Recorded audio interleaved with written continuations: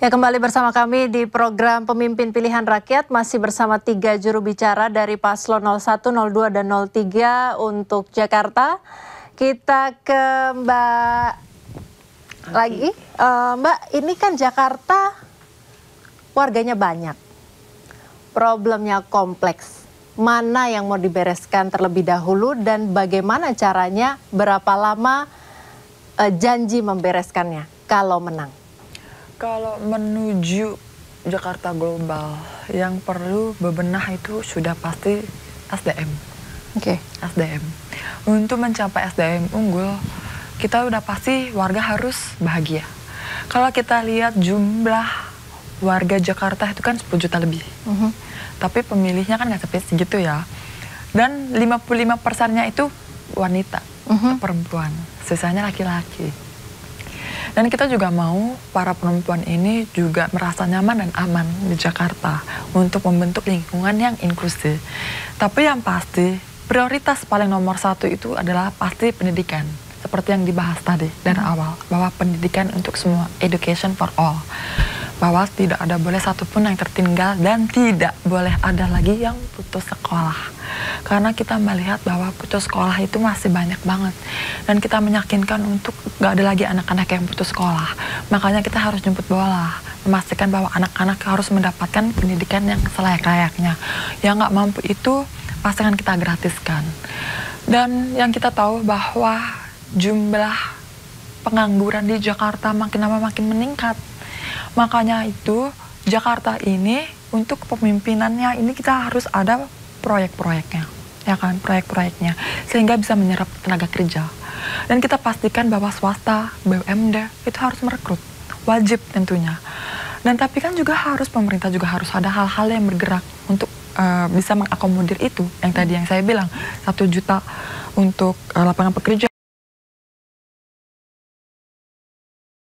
Padat karya, apalagi padat karya itu harus lebih perbanyak lagi. Dan kita harus beresin dari itu deh, pendidikan, ekonomi, kesehatan.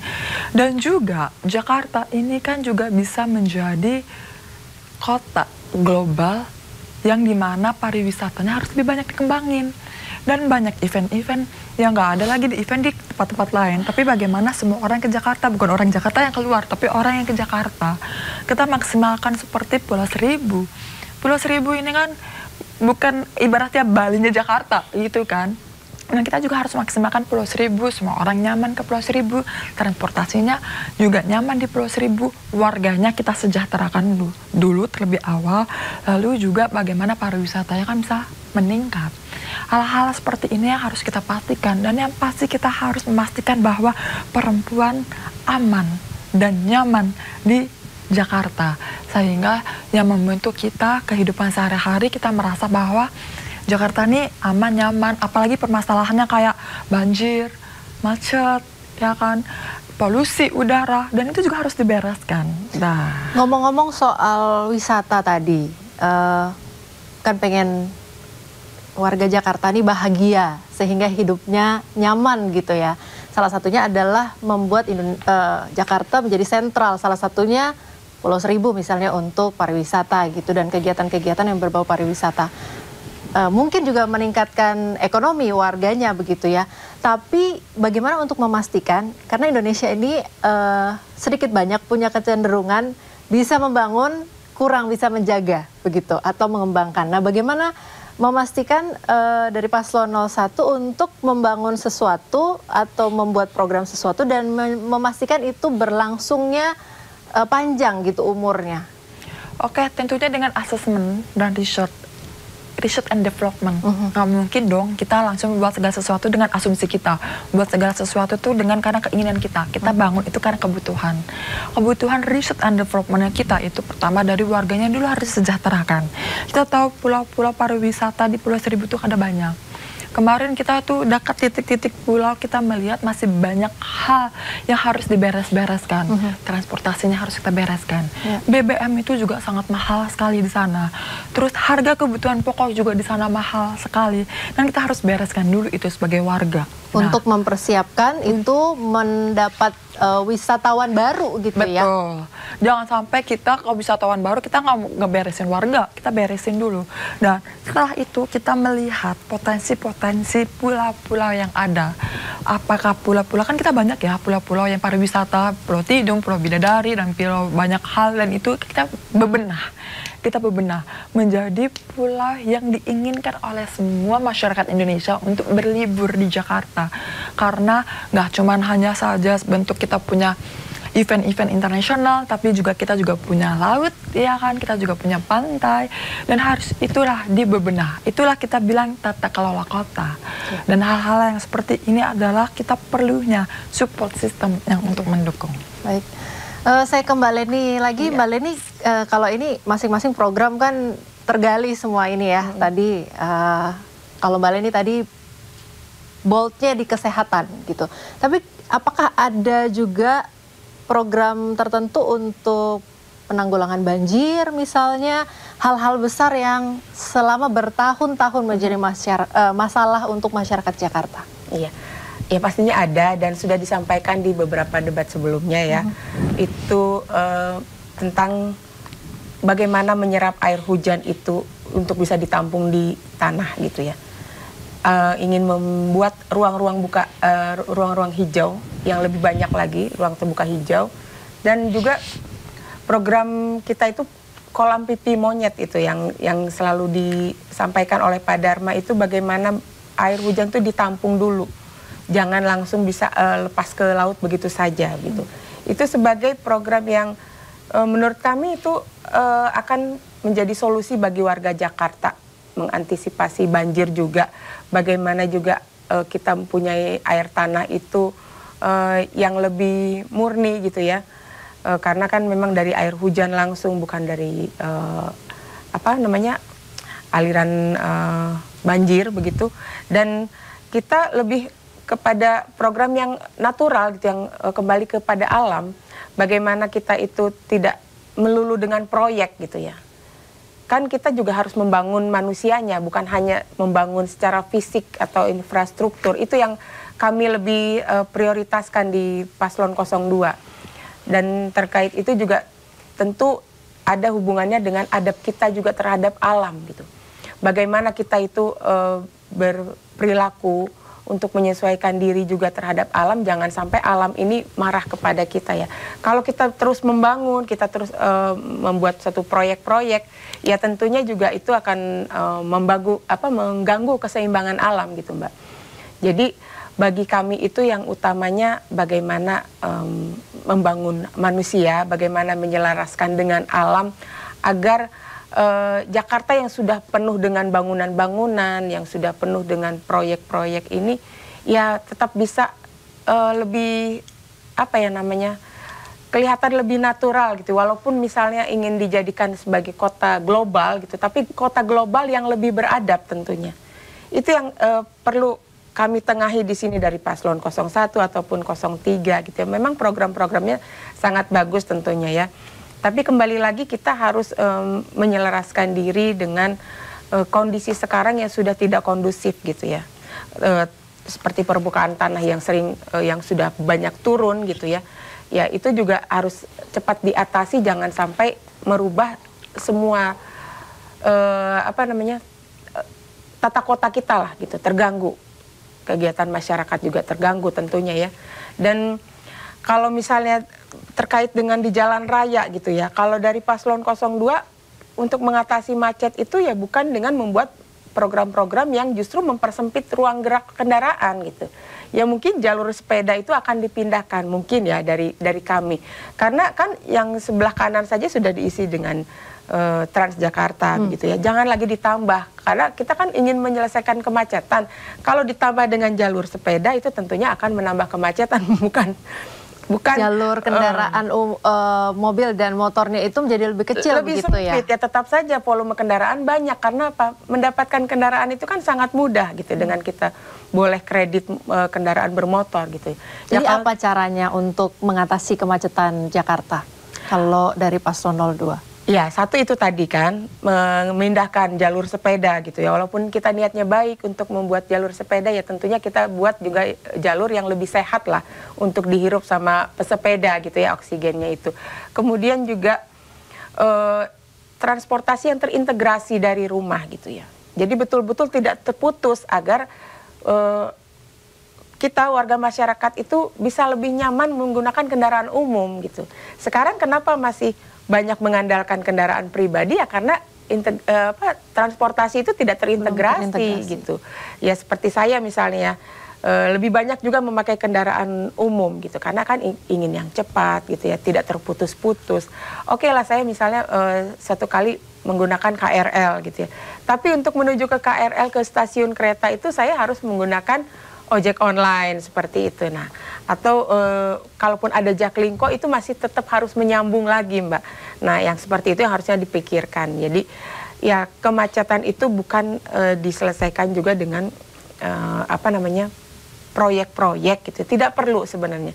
Kami memaksimalkan dulu yang ada gitu ya. Karena prinsipnya ya jangan sampai mubazir, jangan sampai menggunakan terlalu banyak dana. Yang lebih utama itu kami ingin warga DKI itu terselesaikan dulu masalah kebutuhan primernya gitu. Nah itu, dan jadi proyek-proyek itu atau janji-janji itu akan bisa lewat begitu saja. Tapi kalau misalnya kita kembali kepada adab, kita kembali bagaimana membangun hubungan antar manusia atau kita manusia dengan alam, dengan lebih memperhatikan adab kita, ya tentunya semua program yang lain pun ya bisa berjalan dengan baik gitu, Mbak. Baik, ini jubir paslon 01, 02, 03 warga Jakarta semua kah? Jakarta. Jakarta, ya. Oke. Kalau sebagai warga Jakarta, Mas Ilham, apa sih curhatnya permasalahan yang paling pelik di Jakarta yang dihadapi sehari-hari dan ingin pemimpinnya siapapun seandainya terpilih menyelesaikan itu? Oke, yang pertama kalau buat saya yang tinggal di Jakarta itu beban hidup. Oke. Kalau ditanya apa kira-kira yang jadi bahan curhatan atau masalah ya. Nah kita pertama tuh sehari-hari makan, biaya transportasi, lalu dan lain-lain lah, nongkrong mungkin dan lain sebagainya. Itu mahal gitu. Nah, belum lagi sekarang kita pemerintah pusat berencana PPN 12% kan itu cukup berat buat kelas menengah dan kelas pekerja ya gitu. Jadi kalau kemacetan cenderung orang Jakarta, kalau saya pribadi ya udah kayak biasa, permisif gitu ya. Artinya kayak justru aneh kalau nggak macet gitu. Jakarta tuh saking kita udah merasa terbiasa, terinternalisasi dengan kemacetan. Meskipun bahwa berharap Jakarta menjadi lebih tidak sepadat dan sesibuk semacet sekarang sih ya. Tapi kita rata-rata sih kalau ditanya ke teman-teman saya juga udah menerima bahwa Jakarta macet tuh udah kayak ya udah gitu ya. Tapi hal yang menurut kita tadi seperti biaya hidup ya, makan yang makin mahal gitu ya. Apalagi sekarang ada biaya jasa aplikasi dan lain-lain lumayan tuh ya kan. Kedua, transportasi gitu ya. Terus ketiga, itu menurut saya tuh ini yang pasti tempat tinggal. Gitu, tempat tinggal tuh menjadi concern, mau sewa mahal, mau beli mahal gitu ya. Kalau isu-isu tersier seperti udara bersih, air itu udah rasanya orang Jakarta udah cukup menerima realitas lah di Jakarta seperti ini gitu ya. Tapi mungkin kalau ada pemimpin berharap itu memberikan insentif ya. Contoh misalkan mungkin saja jangankan makan, Mbak, biaya ngopi aja mahal di Jakarta sekarang. Kata-kata kalau beli contoh cappuccino, es kopi susu gitu-gitu kan udah 30.000 sendiri ke atas ya. Kalau sehari ngopi sendiri kan udah 100.000 lah dengan ongkir gitu, belum makan. Artinya mungkin bisa jadi, saya pernah usulkan juga ke Mas Pram, Bang Dul, adanya insentif untuk seperti kalau misalkan gak harus makan terus, mungkin untuk kopi dan teh gitu yang itu diserap oleh banyak penduduk Jakarta ya. Orang setiap hari ngopi, orang setiap hari ngeteh. Dan kopi dan teh itu yang menarik adalah dua-duanya komoditas lokal dari Indonesia. kita punya kopi banyak, jadi kita bukan impor gitu ya. Jadi kopinya memang kopi dari kopi lokal, tehnya juga teh lokal, dikonsumsi oleh orang-orang di Jakarta gitu. Jadi rasa-rasanya bisa kita membuat suatu formulasi nantinya kebijakan, membuat insentif gitu untuk memberikan diskon atau mungkin nanti event-event gratis atau seperti apa, terutama sasarannya untuk kelompok pekerja gitu, pekerja mahasiswa gitu ya. Memberi keringanan lah gitu dalam sebulan mungkin berapa kali, bisa kali atau seminggu sekali pemerintah memberikan insentif terhadap itu ngena Mbak, misalkan dikasih diskon 20.000 10.000 ngena banget tuh gitu ya. Contoh-contoh gitu ya yang receh tapi menurut saya itu membantu, kebantu gitu ya gitu. Membantu menyenangkan paling tidak ya untuk warga gitu. Jakarta.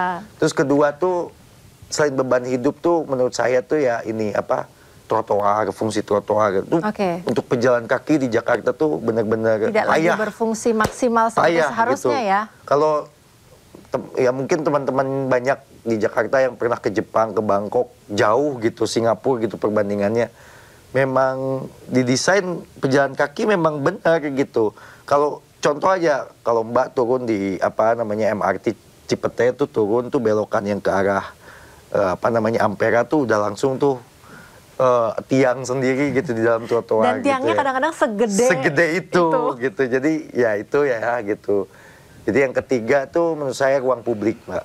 Baik, gitu. Kita tahan dulu, kita ke konferensi pers dari Pramono Rano. Bisa kita ketahui malam ini, karena bagi pasangan Bang Dul dan Mas Pram, kami juga menyiapkan real account yang akan siap pada malam hari ini. Sehingga dengan demikian kami mempunyai data yang lengkap, C1 yang lengkap, dan itulah yang nanti akan kami gunakan acuan untuk perhitungan yang ada.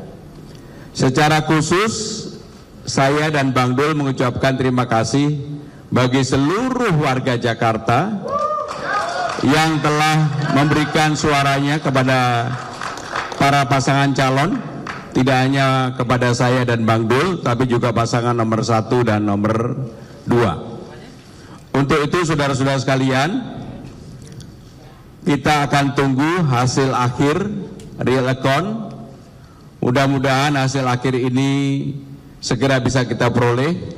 Dan bagi pasangan Mas Pram dan Bang Dul, karena kami mempunyai instrumen yang lengkap, saksi yang lengkap, kami yakin pada malam hari ini pasti kami sudah bisa mempunyai data real count yang ada. Itulah yang ingin kami sampaikan. Kembali sekali lagi terima kasih. Dan Bang Dul ada yang disampaikan? Ya, saya sedikit saja, Mas. Terutama saya ingin ucapkan terima kasih kepada seluruh warga Jakarta. Usai sudah pertempuran yang begitu melelahkan, dan pertempuran insya Allah pasti akan ada pemenangnya. Siapapun pemenangnya itu harus kita sambut dengan bahagia. Jakarta harus tenang, bahagia, damai, karena memang kehidupan besok jauh lebih berat yang akan kita hadapi. Kita menghadapi ekstrim cuaca yang luar biasa. Muara Karang sudah hampir 1 meter banjir karena air rob. Kemudian kita persiapan untuk Ramadan dan Lebaran, tidak mudah menyiapkan seluruh kebutuhan pokok masyarakat Jakarta. Artinya, marilah kita terima apapun hasilnya. Kalau memang kita akan mencapai 1 putaran, kami bersyukur. Kalau memang harus 2 putaran itu realita. Tapi kita tunggu nanti malam. Mungkin itu saja. Terima kasih. Assalamualaikum warahmatullahi wabarakatuh. Rekan-rekan media yang kami hormati, dalam kesempatan ini kami memberikan kesempatan, mungkin nggak usah banyak-banyak, 3 media, kalau ada kami persilakan. Ada? Nggak ada? Kayaknya udah jelas 1 putaran. Baik, karena tidak ada yang bertanya, karena mungkin udah jelas, jadi kami tutup. Terima kasih. Wassalamualaikum warahmatullahi wabarakatuh.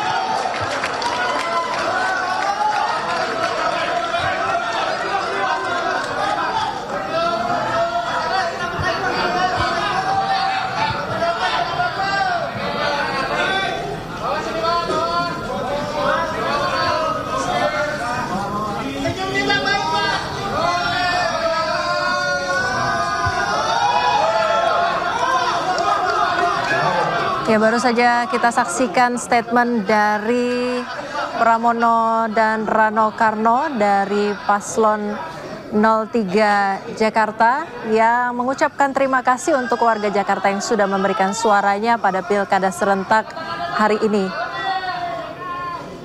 Pasangan Pram Rano saat ini kita ketahui dari data terkini berada di posisi teratas perolehan suara berdasarkan sejumlah Wassalamualaikum warahmatullahi wabarakatuh. Hasil riset. Hasil hitung cepat menampilkan bahwa pasangan 03 Jakarta atau pasangan Pram Rano mendapatkan jumlah tertinggi sementara.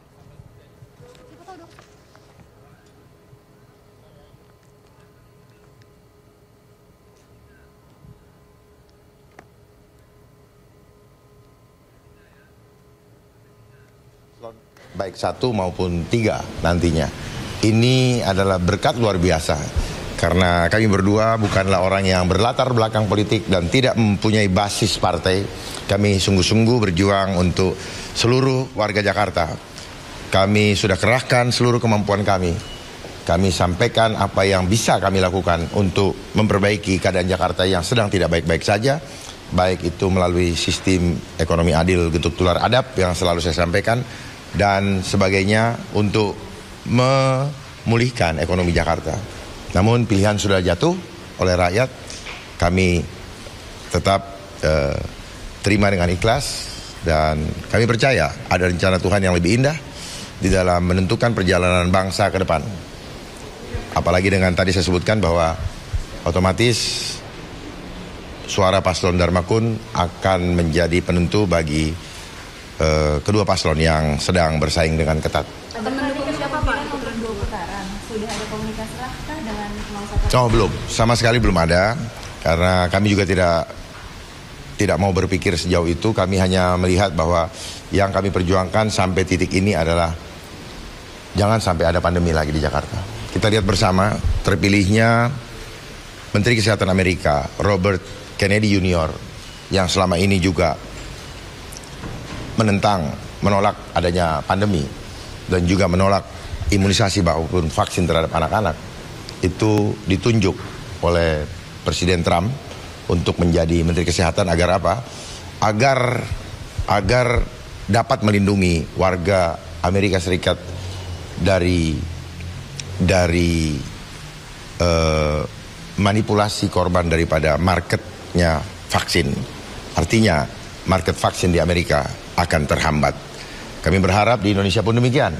Jangan lagi warga Indonesia dijadikan market atau pasar kesuksesan daripada industri farmasi, khususnya vaksin. Akan mendukung siapa Pak jika ada putaran kedua, akan mendukung siapa kira-kira? Sangat tergantung daripada arahan Tuhan kepada kami. Kami tidak pernah mau menggunakan hasrat atau otak kami, tapi kami serahkan. Kami harus juga berdoa dulu, meminta petunjuk Tuhan mana yang terbaik. Karena tujuan kami hadir sini bukan untuk kekuasaannya, tetapi lebih kepada bagaimana kami punya kesempatan untuk menyuarakan kebenaran walaupun hasilnya dianggap kurang memadai. Tapi bagi kami ini adalah peluang besar, kesempatan yang Tuhan berikan kepada kami untuk bisa menyuarakan dan pastinya akan didengar oleh seluruh rakyat Indonesia, bahkan dunia. Pak, di debat kemarin kan Bapak sempat melontarkan dukungan kepada Pak Pram untuk menjadi presiden. Apakah ini bakal mendukung juga di putaran kedua? Artinya begini, kan lihat dulu. Ya, baru saja kita menyaksikan statement dari Pram Bangdul dan juga Dharma Kun, di mana Dharma Kun berterima kasih kepada warga Jakarta yang sudah memberikan hak pilihnya dan juga sempat menanggapi hasil hitung cepat dan menyatakan bahwa sudah berjuang maksimal namun menyerahkan hasil pada hasil yang diberikan oleh Tuhan. Terima kasih. Demikian program Pemimpin Pilihan Rakyat akan berlanjut dengan rekan David Silahoy.